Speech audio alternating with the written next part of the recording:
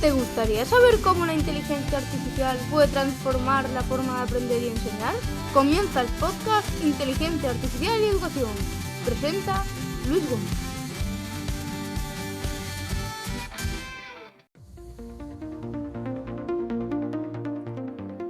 Hola a todos, hola a todas, espero que estéis muy bien. Esta semana hablamos de cómo la inteligencia artificial generativa sigue siendo protagonista de un progresivo, aunque sigiloso y silencioso, cambio social y educativo. Desde el manifiesto de Aras Bozkurt sobre su impacto en la enseñanza, hasta los fantasmas digitales analizados por Jordi Pérez Colomé, pasando por la entrada de menores en el ecosistema de Google Gemini, la IA redefine nuestro día a día. Investigadores como Nanshan Jia mejora su transparencia mientras Enrique Dans desmonta el mito del apocalipsis laboral. Cerraremos el editorial con una cita de Darío Amodei recordando la importancia de comprender cómo y quién decide qué debe ser la inteligencia artificial. Escucharemos la segunda parte de la entrevista con José Antonio del Valle, director ejecutivo del Máster en Big Data Science e Inteligencia Artificial de la Universidad de Navarra. El profe productivo nos hablará de las novedades más novedosas que ya se habrán quedado antiguas y de una nueva herramienta para facilitarnos la vida. Jesús Rivas de Redacta.me aportará otra sabia píldora educativa y cerraremos con los acertijos peliculeros.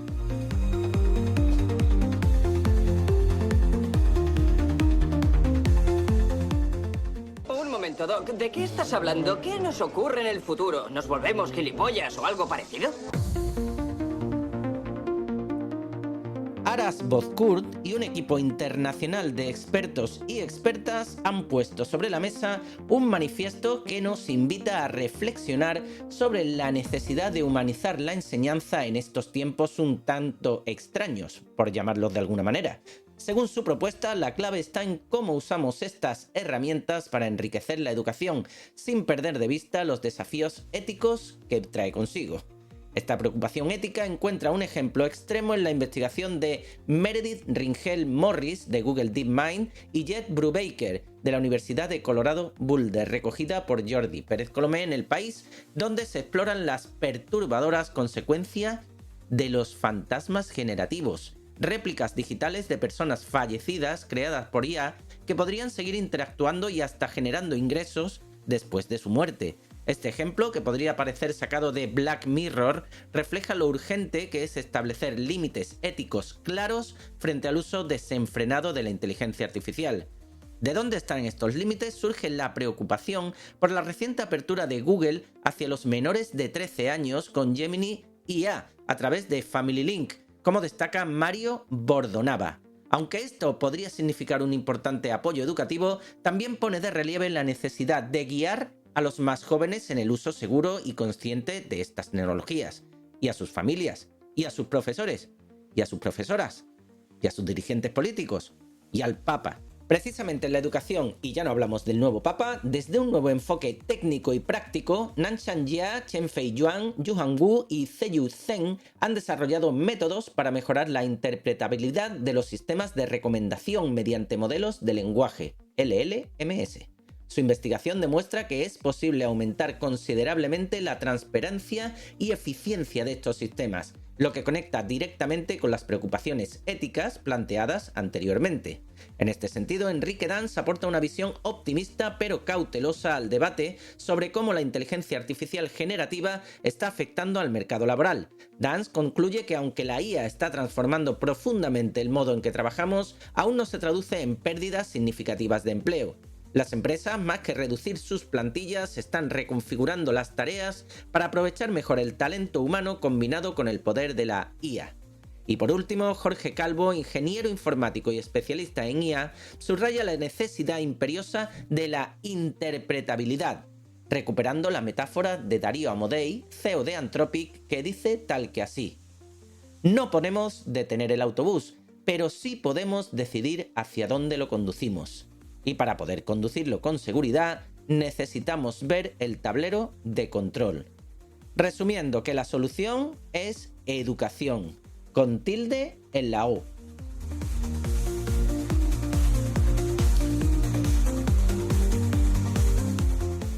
Follow that Redacta.me, Jesús Rivas nos quiere enseñar cómo la IA podemos usar, cómo en el chat vamos a explorar. Una semana más damos la bienvenida a don Jesús Rivas de Redacta.me, dispuesto a darnos una nueva edupíldora sobre buen uso de la inteligencia artificial. Muy buenas, Jesús. Hola Luis, hoy quiero hablarte de un estudio que ha realizado la Fundación Conocimiento y Desarrollo sobre el uso y percepción de la inteligencia artificial en el entorno universitario. Se trata de dos encuestas, una realizada a universidades y otra realizada a estudiantes. La primera, realizada entre abril y junio del 2024 a 20 universidades, 12 públicas y 8 privadas, representa en torno al 25% de los centros públicos y privados de nuestro país. La segunda encuesta, realizada en febrero de este año a los estudiantes universitarios, recoge la opinión de una muestra de 800 estudiantes de grado de universidades españolas, donde el 88% procede de universidades públicas y el 12% de universidades privadas. Pues bien, algunos de los datos más significativos que refleja este estudio son los siguientes. Por un lado, hablamos de la adopción generalizada de la IA. El 89% de los estudiantes universitarios en España ya utiliza alguna herramienta de inteligencia artificial en sus estudios, por lo que podemos hablar de una alta aceptación, pero también de una integración creciente de la tecnología en el proceso educativo. Dentro de las herramientas más populares son aquellas utilizadas para consulta y conversación, aunque también se utilizan herramientas para crear presentaciones, imágenes y analizar datos. En lo que se refiere a la frecuencia de uso, un 35% de los estudiantes la utiliza a diario y un 44% varias veces a la semana, por lo que podemos hablar de un uso considerable de este tipo de herramientas. Los principales usos son para resolver dudas, investigar y redacción de trabajos, lo cual sugiere que se está convirtiendo en un soporte crucial para las tareas académicas. Un 63% cree que el uso de la inteligencia artificial puede mejorar significativamente su rendimiento académico, mientras que solo un 4% opina que no aporta valor. De aquí podemos deducir que hay una percepción positiva sobre el potencial de mejora que ofrecen las herramientas de inteligencia artificial. En cuanto a sus preocupaciones éticas y de privacidad, muchos ven beneficios, pero también hay inquietudes. Un 47% de los estudiantes se preocupa algo por el impacto ético y un 79% por cuestiones de seguridad y privacidad al usar la inteligencia artificial, lo cual implica un diálogo continuo sobre el uso responsable de estas tecnologías. Por último, pero no menos importante, solo un 23% siente que su universidad fomenta activamente el uso de herramientas de IA, mientras que el 40% manifiesta que no hay promoción clara. Este es un punto crítico que requiere atención. Pues bien, Luis, la IA tiene el potencial de transformar la educación superior, eso ya lo sabemos, pero también plantea desafíos significativos como la necesidad de capacitar a los alumnos en su uso o la urgencia en colaborar con empresas tecnológicas que puedan desarrollar herramientas que se adapten a las necesidades específicas de cada aula. Hasta la semana que viene, Luis. No pierdas el compás, en Redacta.me te guiará. Aprende más, tu mente expandirá con cada píldora que Jesús dará. No puedes andar por ahí matando gente. ¿Por qué? ¿Cómo que por qué? Pues porque no puedes. ¿Por qué? Porque no puedes, ¿de acuerdo? Confi, tío.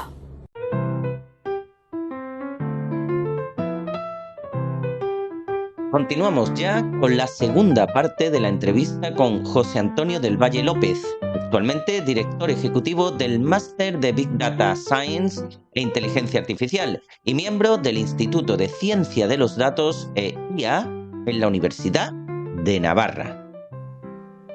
Perdona, una curiosidad, ¿nos puedes decir qué herramienta es esa? La del tema jurídico. Es Lefebvre. Lefebvre es la compañía que lo hace y creo recordar, o Neofebre o algo así, es la herramienta, pero si entráis en el portal de Lefebvre seguro que lo veáis. Esto yo no he trabajado nunca con Lefebvre, ¿vale? Ni tengo ningún tipo de interés, pero creo que han hecho una herramienta muy necesaria para su sector, porque al final poder vectorizar e indexar todos esos documentos en una gran base de datos y que alguien con lenguaje natural pueda preguntar y responder esa inteligencia artificial sobre los propios documentos en sentencias concretas y todas las interacciones que ha tenido esa sentencia, la jurisprudencia que ha habido, me parece brutal. Pero bueno, que eso es un poco también la idea que tiene Microsoft con su Dataverse y con la distribución que tiene dentro de Azure en la nube de la inteligencia artificial de ChatGPT. Es un poco ese modelo a la hora de vectorizar documentos y poder servirlos de una manera muy, muy rápida y con lenguaje humano, digámoslo así. Lo he preguntado porque una de las cosas que salían últimamente era que iba a tener más trabajo un fontanero que un abogado. ¿Tú le recomendarías entonces a los bufetes de abogados que se metieran en este tipo de herramientas? A ver, yo no soy nadie para recomendar ciertas cosas, ¿vale? Pero es cierto que creo que es un primer paso para un sector que no está digitalizado o que a menos a día de hoy tiene un problema grave con la digitalización. Hablamos de digitalización, no de transformación digital. Primero vamos a digitalizarnos y luego vamos a transformarnos. Digitalizarnos porque hay muchas jurisprudencias antiguas que a día de hoy pues necesitas tecnologías como File Recognizer que puedan reconocer la hoja, integrarla, o sea, digitalizarla y poder integrarla en algún modelo de inteligencia artificial, a una base de datos de Dataverse o donde sea. Yo esto lo aconsejaría, pero obviamente todo tiene que tener un plan. Sigo diciéndolo, y pasa con el tema de los datos. Hasta hace unos 20, 15 años, las empresas contaban con un CIO. El CIO en muchos casos no tenía ni presupuesto propio. ¿Por qué? Porque la informática era algo que, bueno, pues que me está quitando dinero.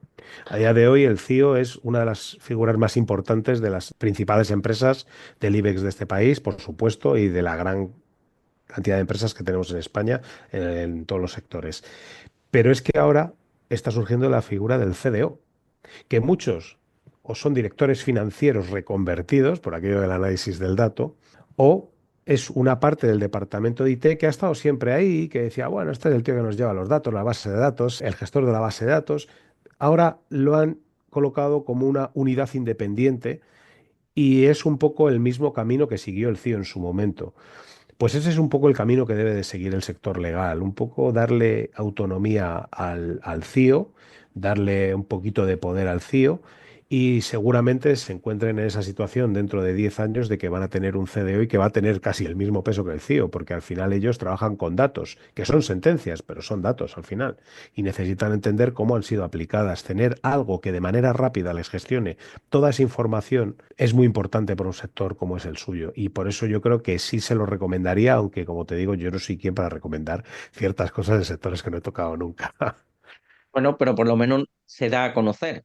Totalmente, yo creo, a ver, al final la tecnología es transversal. La tecnología, como entendemos en el mundo de la digitalización y de la transformación digital, porque tecnología ha habido siempre, obviamente, pero creo que es transversal y cualquier negocio que se precie o cualquier actividad, incluso hasta para estar en el campo, ya sabes que hay agricultores que utilizan el móvil para ver el tiempo, utilizan con unas fotos, cogen la foto y eso les dimensiona la parcela y les calcula cuántas semillas tienen que poner en cada uno de los bancales. La tecnología es transversal. Si llega hasta la agricultura, desde la industria hasta las grandes tecnológicas, creo que es muy transversal y que a adaptarla a un sector como puede ser el sector de vamos, el sector legal de los abogados, incluso hasta de los jueces, aunque ese ya es otro terreno, pues creo que sí que sería recomendable, por supuesto.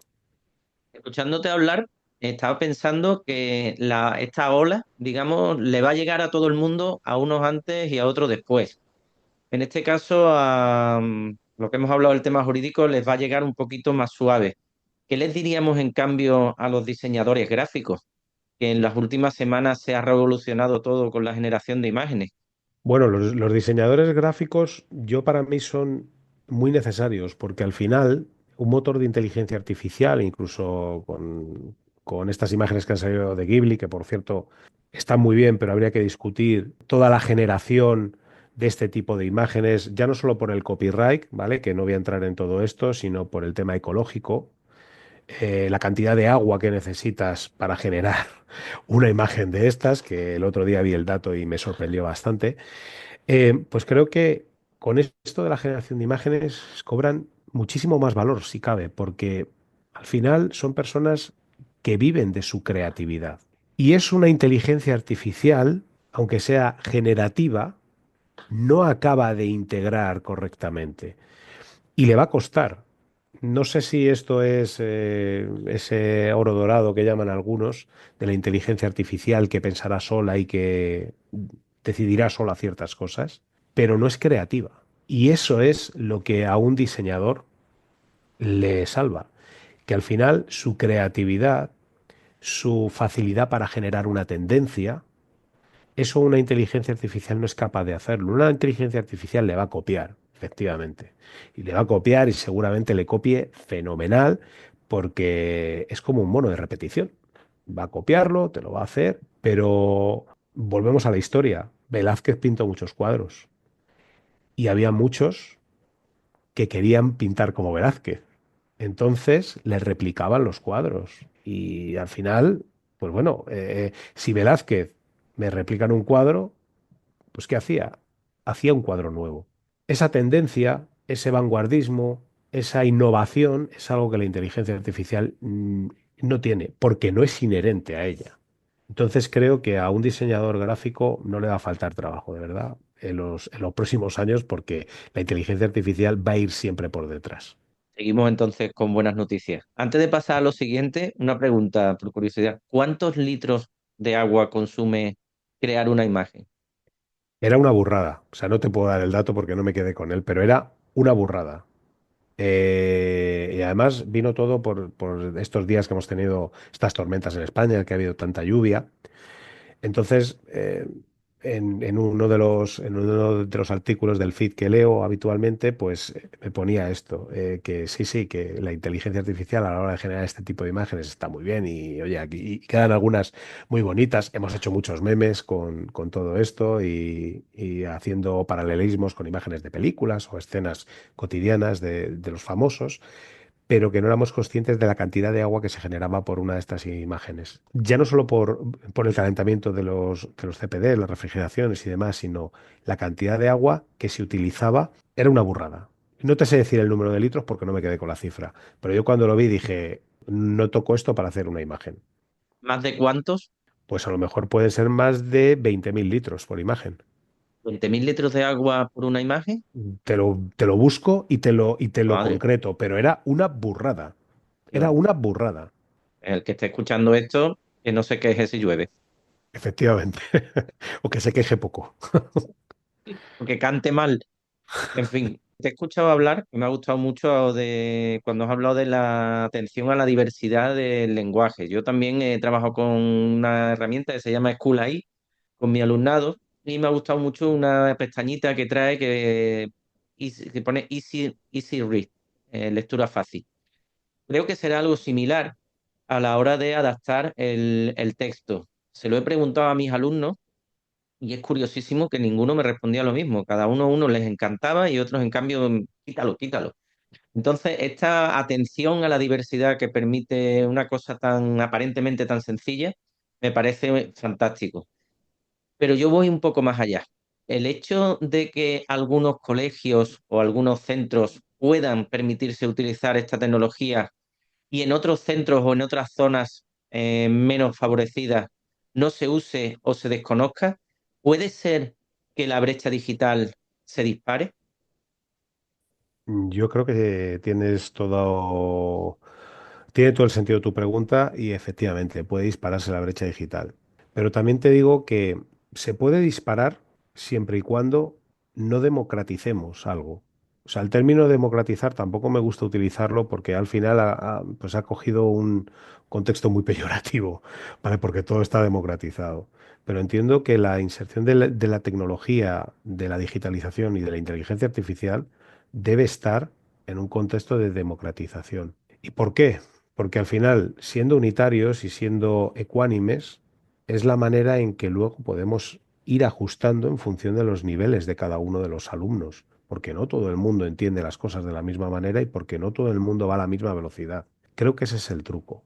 Pero por supuesto coincido contigo en que se puede acrecentar la brecha digital. El otro día hablaba con un amigo respecto a Estados Unidos y la manera que tienen ellos de enseñar En el sentido de que tú puedes enseñar a tus hijos desde tu casa, tú les puedes escolarizar y puedes generar esto. No voy a entrar en el debate porque creo que para eso están los profesores, que son personas que se han formado bueno, y que son profesionales de la enseñanza y que los niños, pues con ellos van a aprender de otra manera. Pero bueno, es una opción. Entonces ahí se abría ese debate de, bueno, ¿y cómo le llegan a un niño que está escolarizado en casa los conceptos? ¿Cómo le llegan a un niño que está escolarizado en el colegio los conceptos? Ahí está la pregunta. Y yo creo que si ese concepto es global o si ese concepto está democratizado, la lengua está democratizada, con lo cual llega a ambos por igual.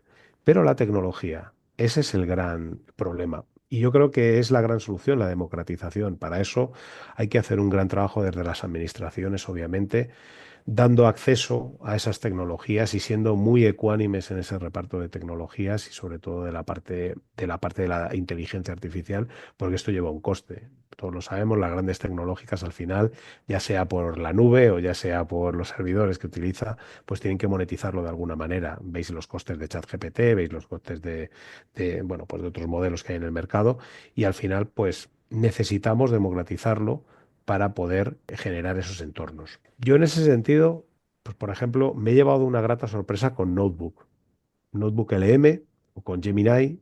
Me llevo una grata sorpresa porque antes utilizaba otros modelos, sobre todo para la generación de imágenes muy tontas, ¿vale? Y sobre todo pruebas. Y me he llevado una grata sorpresa por la manera tan fácil y sobre todo por la falta de límites que me ponen en el uso de las herramientas. O sea, lo de Notebook LM me parece increíble a nivel de investigación, pudiendo meter todas las fuentes de datos que tú quieras, los vídeos, enlaces, o sea, me parece brutal y que no sea de pago, o al menos por ahora. Entonces, veremos un poco qué es lo que nos depara el futuro en ese sentido, pero desde luego la democratización haría mucho bien a la educación. En este caso, Notebook LM, además, es que se adapta perfectamente al usuario que sea. Totalmente, sobre todo la parte de hacer los mapas mentales, que es una de las últimas incorporaciones, me ha parecido brutal.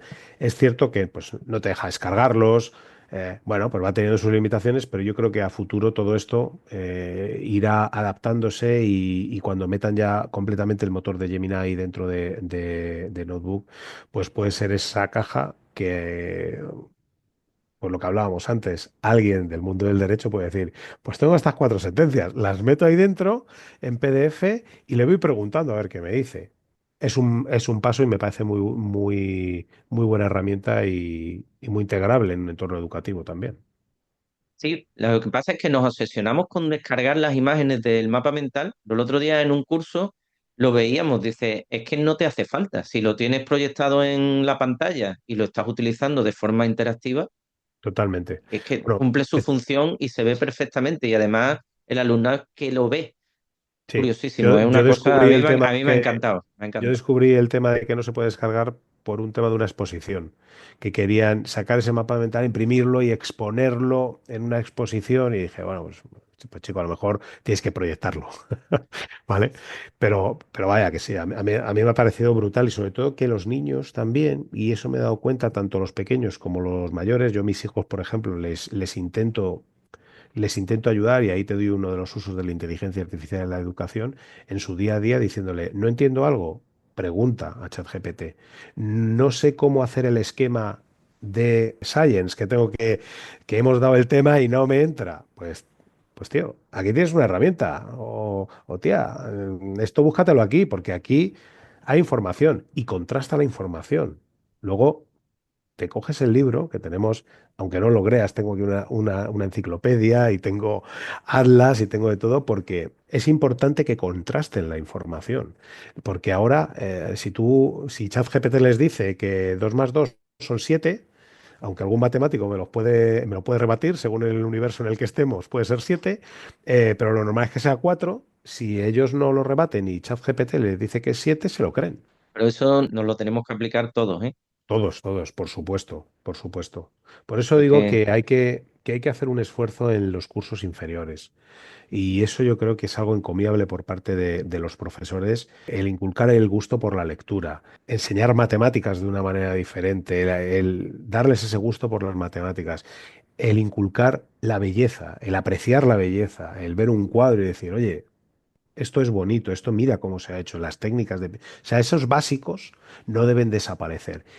Y una vez que se dominan esos básicos, ya puedo empezar a hacer otra cosa. No puedo empezar a correr si estoy gateando. Tengo que andar y luego correr.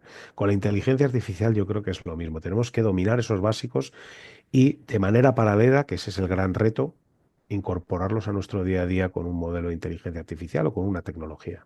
Si tú tuvieras una responsabilidad política, ¿qué consejo le darías a la administración educativa para poder implementar de forma real esa formación? Porque está habiendo muchísimos cursos de formación sobre inteligencia artificial, pero los usuarios no están contentos. ¿Qué es Pues lo que esa es está la gran, pasando esa es qué es la lo que gran está pasando pregunta. con esos cursos? Porque son cursos online que apuntan 1.500 personas, pero luego cuando salen de allí ni tienen ganas de utilizar la inteligencia artificial, ni se han enterado, ni con vistas de hacerlo. ¿Qué es lo que está pasando? Bueno, yo creo que en ese sentido lo primero es escuchar a los usuarios. Y escuchar a los usuarios es importante, ¿por qué? Porque no todo el mundo tiene las mismas necesidades. O no todo el mundo tiene el mismo punto de vista a la hora de aplicar la tecnología. Entonces, el tener una buena toma de requisitos, todos los que venimos del mundo de la consultoría, el tener una buena toma de requisitos y entender realmente lo que quiere el usuario para luego traducirlo, esa es la parte más compleja de todo el proceso. Luego, el entender el por qué. Yo por qué estoy haciendo esto y para qué lo estoy haciendo. Y aunque estemos en un mundo digitalizado y en un mundo donde la interacción humana no esté valorada, porque todo el mundo ya hemos visto que las reuniones y el Teams y la videollamada y tal, creo que esos cursos tienen que ser presenciales, porque el valor añadido no se da solo en el contenido académico, en el contenido lectivo, se da en el trato humano y en lo que enriquece la conversación entre dos personas que, oye, yo tengo este problema, tú tienes este otro, ¿tú cómo lo has hecho? O sea, es que al final ese conocimiento es el valor añadido de la formación. Porque una formación al final, si yo la pongo por Teams y estoy en mi casa, porque nos ha pasado a todos y el que diga lo contrario miente, estás en casa, te suena el telefonillo, estás así, de repente tal, te pones a escribir, a esto no me he enterado, tal. En una clase, la interacción que hay, el trato humano, oye, levanto la mano, hay un pequeño descanso y hablo con este tío, a ver qué me cuenta. Esas relaciones humanas son muy importantes y no las deberíamos de perder. Y yo creo que no solo esa consulta, sino que también esas relaciones humanas son las que hacen de ese proceso de transformación digital una transformación digital real, porque ponen al usuario en el centro. El usuario es lo más importante en todo eso. Entonces hay que darle valor al ser humano y al usuario para poder generar un entorno de valor a esas formaciones. Y creo que ese sería el camino para crear ese entorno de valor. A partir de ahí, todo lo que venga será bueno, sin duda. Para terminar, entonces, quedamos en que valdría más un curso presencial de 12 horas que un curso online, entre comillas, de 80, Pues a ver, tal y como depende están también. planteados, tal y como están Depende, planteados. depende también, ¿vale? Depende también, porque claro, la vocación docente, tú sabes lo que es. Eh, sabes lo que es la vocación docente en el sentido de que un docente nace, no se hace, y vas en cuerpo y alma, porque te gusta enseñar y te gusta traspasar conocimiento a una generación. Si el docente es el mismo y en las mismas condiciones, por supuesto que un curso de 12 horas presencial, independientemente de los costes que lleve, va a ser muchísimo más enriquecedor que un curso de 80 horas online. Y no quiero desmerecer cursos online, que los hay buenísimos y que hay formaciones online súper bien estructuradas, súper bien formadas, con unos contenidos maravillosos. Hay gente que le encanta la formación online y que de hecho se adapta mejor a la formación online que a la presencial, pero para mí el valor añadido que da el estar con otras personas, el poder compartir experiencias, el entender las dudas, el por qué está preguntando eso, que eso para mí es la verdadera empatía, el entender el por qué esta persona está haciendo esto. Eso es lo que le da un valor totalmente significativo. Hablaba con un alumno de nuestro máster de este año, que es un alumno de procedencia internacional.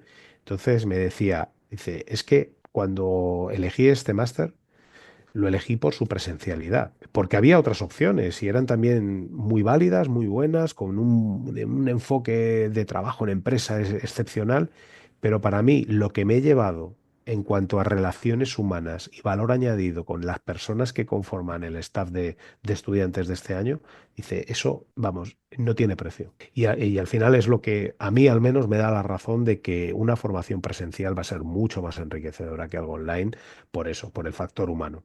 Yo creo que a buen entendedor, punto suspensivo. José Antonio, muchísimas gracias, pero antes de terminar, no sé si quieres añadir algo a todo lo que hemos estado aquí comentando.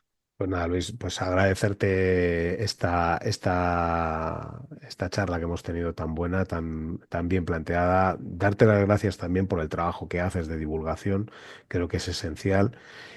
Aunque estemos en una videollamada, pues hombre, sabes que el trato personal pues nunca se pierde y yo animo a la gente a que abrace la inteligencia artificial como un aliado sin perder el foco de que la persona tiene que estar en el centro. Y como tú bien dices, pues ya solo con eso digo todo, puntos suspensivos.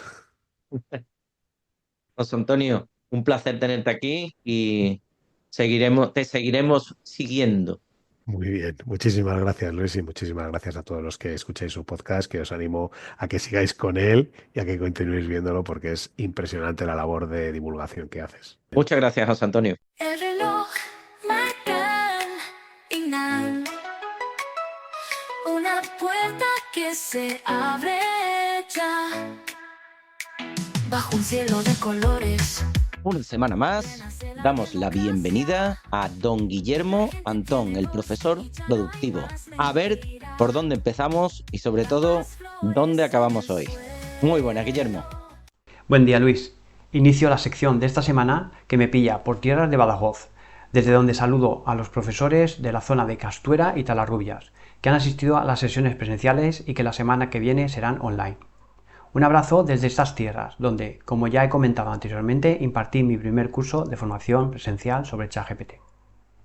Y ahora os voy a contar una historia que parece que no tiene mucha relación con nada de lo que hago o de lo que hacemos en el podcast, pero que luego le dará sentido. Confiad en mí. Pero vamos a dejar que nos lo cuente una de mis voces favoritas de Eleven Labs. Esta es la historia de la estrategia de Nestlé para introducir el café en Japón, país donde tradicionalmente se bebía té. En los años 70, Japón estaba viviendo un boom económico y Nestlé vio una gran oportunidad: vender café. Hicieron muchos estudios, varias pruebas de mercado, preguntaron a jóvenes, adultos, mayores, y todos decían que sí, que les gustaba el café. Así que Nestlé apostó fuerte: campaña gigante, inversión en marketing, distribución por todo el país, y cuando finalmente lanzaron el producto, nadie lo compró. Fracaso económico. Confundidos trajeron a Clotaire Rapaille, un gurú del marketing poco convencional. Su primer mensaje fue claro: las decisiones de compra no se basan en lo que decimos, sino en emociones profundas, muchas veces inconscientes. Clotaire analizó la cultura japonesa y notó algo clave. Los japoneses no crecieron con el café. De niños veían a sus padres tomar té, olían el té, comían dulces de té. El café simplemente no tenía una conexión emocional. ¿La solución? Empezar desde la infancia. Nestlé lanzó dulces con sabor a café para los niños. Poco a poco ese sabor se volvió familiar. Luego llegaron las bebidas frías con café, los capuchinos y, con el tiempo, Nescafé se volvió parte de la vida diaria en Japón. Pero Guillermo, ¿que esto es un blog de IA y educación? ¿Qué tiene que ver el café con la IA? Bueno, a eso vamos. Todo esto viene a cuento con la noticia que la semana pasada Luis me invitó a investigar y comentar. Pero yo también te voy a poner deberes, Guillermo, esta semana, y es que un pajarito me ha enviado la noticia de que Google ya permite a menores de 13 años usar su inteligencia artificial porque llega Gemini con Family Link. Así que ya tienes trabajo. Punto 1. Google es una empresa cuyos ingresos proceden principalmente de la publicidad segmentada. Cuando tú buscas algo, aparecen enlaces patrocinados relacionados con lo que buscas y estos resultados están personalizados a tus intereses porque tiene mucha información sobre ti, lo que te gusta, lo que te interesa, etc. Punto 2. Veamos los detalles del servicio, porque Gemini se ofrecerá de momento solo en Estados Unidos, que recordemos que no es toda América. a menores de 13 años, bajo el permiso y la supervisión familiar, en lo que se llama el Family Link. Y se ha remarcado que no se entrenará el modelo con sus datos. Y en un mail a las familias se informa de que Gemini puede cometer errores y que los niños pueden encontrar contenido que no quieren ver. En este sentido, se recomienda a padres y madres que enseñen a sus hijos a ser muy críticos con las respuestas de Gemini, de modo que verifiquen potenciales errores. Es decir, que acompañen a sus hijos en el aprendizaje, práctica y uso de esta herramienta. ¿Y esto a qué os suena? Como suele decir Luis... La solución, educación, con tilde en la O. Pero también el otro día, José Antonio del Valle... Y permíteme que lo diga porque siempre digo lo mismo en este sentido. Formación, formación y formación, en todos los sentidos. La cuestión, creo yo, radica en si la mayoría de los adultos con hijos son capaces de hacerlo. Punto 3. Reconozco que tengo sentimientos encontrados, porque, aunque siempre insisto en la necesidad de comenzar a incorporar la tecnología de IA en la educación, incluyendo Gemini, que es una de las mejores herramientas actuales, tengo muy claro que Google no hace esto por el bien de la humanidad ni de los niños. Pero es que nadie va a pensar en los niños. Sino para comenzar a introducir esta herramienta en generaciones jóvenes y crear usuarios cautivos de su ecosistema, cuyos datos comenzará a aprovechar y a monetizar en cuanto superen la edad legal. Y ahora creo que ya veis la relación y la conexión con la historia de Nestlé vendiendo caramelos de café a los niños para luego venderles Nespressos cuando sean adultos. Y pasemos ahora a que os cuente cosas sobre Vidnoth, difícil de pronunciar, pero que es una herramienta para crear avatares personalizados. Ya no hay miedo ni duelo, las manos se unen, firmes por un país más libre. El viento trae promesas de una nueva realidad. Unidos por la verdad, la historia no olvidará. En un episodio anterior habíamos traído cómo crear videoavatares personalizados para usos educativos con una herramienta llamada Hedera, con H. Sin embargo, en los últimos meses, Hedera ha limitado los usos gratuitos y los tiempos de generación de vídeos, y además se ha vuelto bastante lenta. Por eso os traigo Vidnoth, que tiene un tiempo de generación de los vídeos más rápido y permite la creación de más minutos de vídeos al mes. Como es habitual en estas herramientas, hay que registrarse en su web y ofrece una gran cantidad de herramientas de todo tipo, como creación y edición de imágenes, generación de audios a partir de texto, y también hay una divertida opción en la que subes una imagen tuya de cuerpo entero y te crea un vídeo con un bailecito como los de TikTok. Así que no os extrañe verme en mis redes sociales bailando como yo soy incapaz de hacerlo en realidad. Con Vidnoth podemos generar hasta 3 minutos de vídeo al día y elegir entre muchas opciones de avatares y voces de sus bibliotecas. El proceso de crear un vídeo avatar es muy sencillo. Desde su página principal hacemos clic en la pestaña de Free AI Tools y elegimos la opción de AI Talking Photo o Talking Avatar. Y tened cuidado porque esto puede cambiar según estemos en la página web en español o en inglés. Se abrirá una nueva ventana en la que tendremos que elegir varias opciones. La primera es que en la parte superior tenemos que elegir si vamos a crear un vídeo a partir de un avatar creado por nosotros o si queremos uno a partir de los numerosos avatares de su biblioteca, donde hay un poco de todo. De momento vamos a usar la primera de las opciones, que viene marcada por defecto, pero yo también te recomiendo explorar otras opciones cuando tengas un rato, porque en su avatareteca podemos elegir entre unos 200 personajes. En segundo lugar, hay que escribir el texto y elegir una voz. El texto puede ser escrito por nosotros o con la ayuda de ChatGPT, y lo pegamos en la ventana y elegimos, como digo, una de las voces que hay. En las cuentas gratuitas podemos aportar hasta 300 caracteres, que se corresponden a unos 20 segundos de vídeo. Y además del audio, también se añadirán automáticamente subtítulos al vídeo final. Y ya está. Cuando hemos seleccionado el avatar y la voz, podemos clicar el botón de Generate Video y en un par de minutos podremos ver el vídeo creado, descargarlo y también se guardará en nuestra biblioteca de proyectos, llamada My Creations. Un aviso, no elegimos específicamente el formato de vídeo, horizontal, vertical o cuadrado, sino que viene determinado por el que tenga la imagen que subimos o por el avatar que elijamos de su biblioteca. Y si queréis ver una muestra de estos avatares y aquí a don Guillermo echándose unos bailecitos, en las notas del programa os dejo los enlaces. No os los perdáis. Y me voy a seguir probando otras herramientas, que hay muchas y no me da tiempo a todas. Si usas Vidnoth para generar videoavatares o conoces alguna herramienta parecida, nos gustaría que nos lo contaras en los comentarios o en redes sociales, tanto en la del podcast como en la del Profesor Productivo. Y si querías algún vídeo de bailecito para redes sociales, pues nos etiquetas para que nos riamos todos y no solamente los del grupo del WhatsApp donde los compartes. Como decimos los profesores, cuéntanos y así nos reímos todos. Muchas gracias, Guillermo, otra semana más. Un lujo tenerte aquí. Hasta la semana que viene. Saludos a todos y todas y nos vemos en el próximo episodio. Las manos se unen, firmes, por un país más libre. El viento trae promesas de una nueva realidad. Unidos por la verdad, la historia no olvidará. Unidos por la verdad, la historia no olvidará.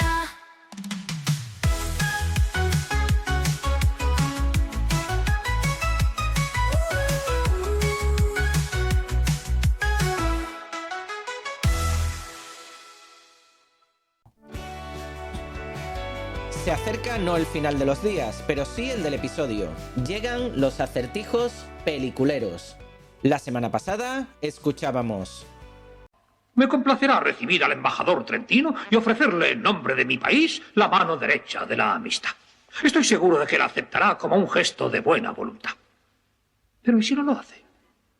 ¿Sería un desastre? Yo con la mano extendida y él sin aceptarla. Eso disminuiría mi prestigio. Yo, el presidente, desairado por un embajador extranjero. ¿Quién se ha creído que es? Viniendo aquí y dejándome en ridículo delante de mi pueblo. Piénsalo. Yo extendiendo la mano y esa llena extranjera negándose a aceptarla. Ese cerdo embaucador no se saldrá con la suya, eso te lo aseguro. Jamás se saldrá con la suya. Por favor. Bien, así que se niega a estrecharme la mano. ¡Puse! Se trataba de la película Sopa de Ganso, estrenada en 1933 y dirigida por Leo McCarey. Se ve que casi hace 100 años los políticos, las guerras y las negociaciones estaban igual que ahora.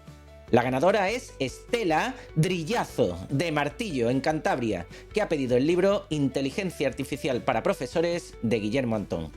Enhorabuena, Estela. Y para esta semana...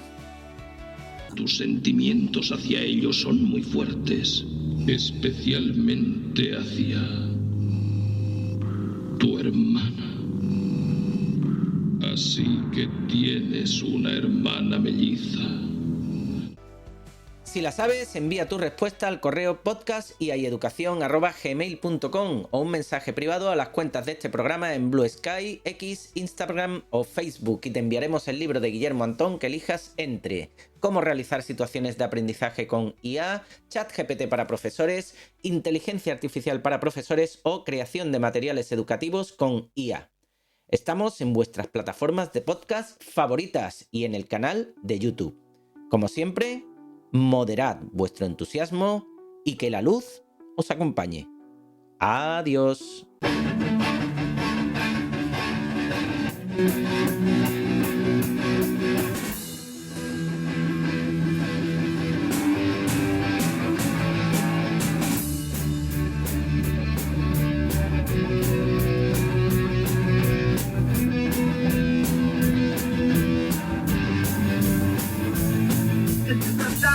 Celebration. It's the time taking time.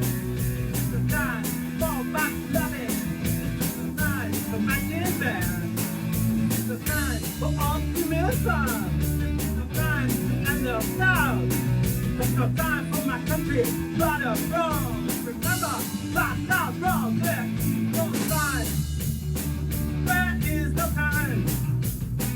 Where is the time? Where is your time? The time for congratulations. It's the time on your back. It's the time for people in the future. No time for letting speed. It's the time to start opening. It's the time for private games. It's the time to battle the shadow. It's no time to sway. Yeah, there is no time. There is no time. There is no time. There is no time.